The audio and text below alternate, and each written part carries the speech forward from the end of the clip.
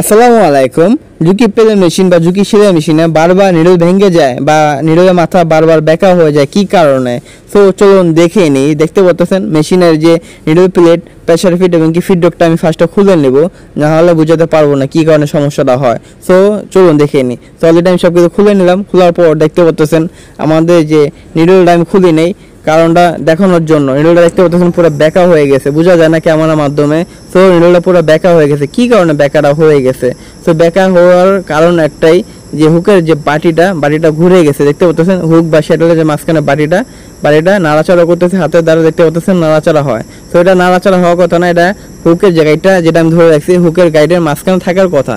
So এই সমস্যাটা অনেকেই ফেস করেন। যখন সমস্যাটা হয় নিডল ভেঙে যায়, নিডল ভাঙার পর যখন দেখেন মেশিনের চাকা ঘোরানো যায় না, মেশিনের চাকা আটকে যায়, যখন মেশিনে উঠিয়ে দেখেন যে আপনার হুকের বাড়িটা ঘুরে গেছে, তখন কি করেন হুকের বাড়ির যে হুক গাইডটা বা হুকের যে ফিঙ্গারটা যেটাকে খুলতেছে এখন, এটাকে খুলে আবার সেন্টারের মতো বসিয়ে আবার কাজ করা শুরু করেন। আবার 1 ঘন্টা 2 ঘন্টা কাজ করেন, আবার সেম সমস্যাটা হয়। দেখা যায় সুই ভেঙে গেছে না, সুইয়ের মাথা বেঁকা হয়ে গেছে, আবার মেশিন জ্যাম হয়ে গেছে, আবার এটাকে খুলেন, আবার এটাকে রিফারিং করেন। কি কারণে সমস্যাটা বারবার হয়? দেখতে পাচ্ছেন হুকের গাইডের যে মাথাটা বা ফিঙ্গারের যে মাথাটা একদম খারাপ হয়ে গেছে। বারবার দেখানোর চেষ্টা করতেছি, কেয়ারফুলভাবে দেখেন, ভিডিওটা না টেনে ভালো মতো কেয়ারফুলভাবে দেখেন, অবশ্যই আপনার কাজে লাগবে। তো দেখতে পাচ্ছেন একদম খারাপ হয়ে গেছে মাথাটা। তো আমি এটাকে চেঞ্জ করে একটা নতুন দেখাবো, নতুনের মাথাটা কীরকম থাকে। তো নতুন আমি একটা হুক গাইড বা নতুন একটা ফিঙ্গার নিলাম। দেখতে পাচ্ছেন হুকের গাইডের যে ফিঙ্গারটা বা ওই যে হুক গাইডটা বা যে ফিঙ্গারের মাথাটা দেখতে পাচ্ছেন একদম খারাপ হয়ে গেছে পুরানটা। এটা হলো পুরানটা, এটা ভালো না, একদম বাদ হয়ে গেছে। তো আমি এটা সাইড করে নিলাম, নতুনটা দেখতে পাচ্ছেন একদম ফ্রেশ। সো এটাকে আমি লাগাবো। সো অনেকেই লাগাতে জানেন না, অনেকেই আন্দাজ করে লাগান, আবার লাগানোর পর দেখে সমস্যাটা সমাধান হয় না।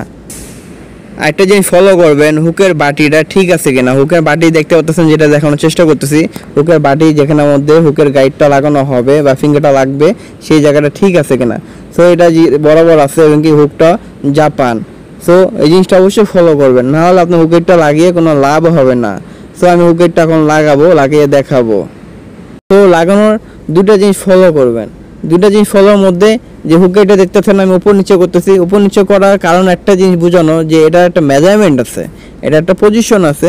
সেন্টার যে সেন্টারটা রাখলে আপনার সুইয়ের মাথাটা চলে যাবে না বা সুই বেঁকা হবে না বা সুই ভাঙবে না। সো এটা পজিশন হলো কি, হুকের যে বাটিটা আমি মার্ক করে দেখানোর চেষ্টা করতেছি, হুকের বাটির মাঝখানে বা সেটার বাটির মাঝখানে সুইটা পজিশন মাঝখানে মিডল পজিশন থাকবে, আপ ডাউন বা উপর নিচেও হবে, মাঝখানে ছিদ্র দিয়ে, মানে ছিদ্র মাঝখানে থাকবে সুইটা। অবশ্যই আশা করি কথা বুঝতে পারছেন।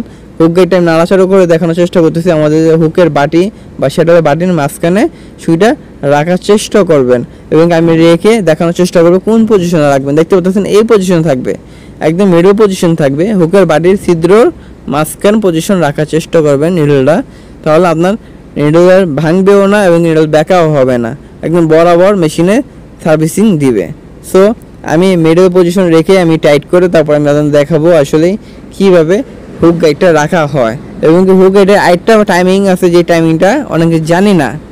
সো আমি হুকের যে মেজারমেন্টটা হুক গাইডের যে মেজারমেন্টটা রেখে আমি টাইট করে তারপর আমি তাদেরকে দেখাবো। সো আমি এই জিনিসটা টাইট করছি, টাইট করে এখন দেখানোর চেষ্টা করতেছি। দেখতে পাচ্ছেন আমাদের যে সুইটা বা নিডলটা হুক বা হুকের যে বাটির ছিদ্র মাঝখান পজিশন আছে, কেয়ারফুলভাবে দেখেন।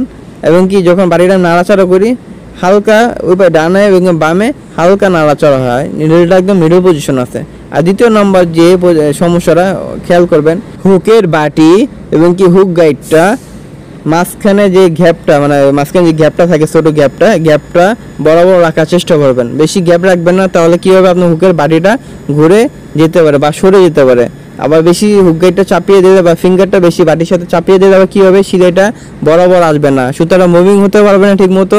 এবং এই মুভিং যদি না হতে পারে সিলাইটা বরাবর হবে না, নিচে দিয়ে গুটি গুটি দেখা যাবে কাপড়ের নিচে এবং কি সিলাই ফিনিশিংও সুন্দর দেখা যাবে না। তো আশা করি ভিডিওটা ভালো লাগছে। দেখতে পাচ্ছেন আমাদের যে টাইমিংটা সেম রাখার চেষ্টা করবেন, যেরকম আমি রাখছি সেমভাবে রাখার চেষ্টা করবেন, তাহলে আপনার মেশিনটা বরাবর থাকবে।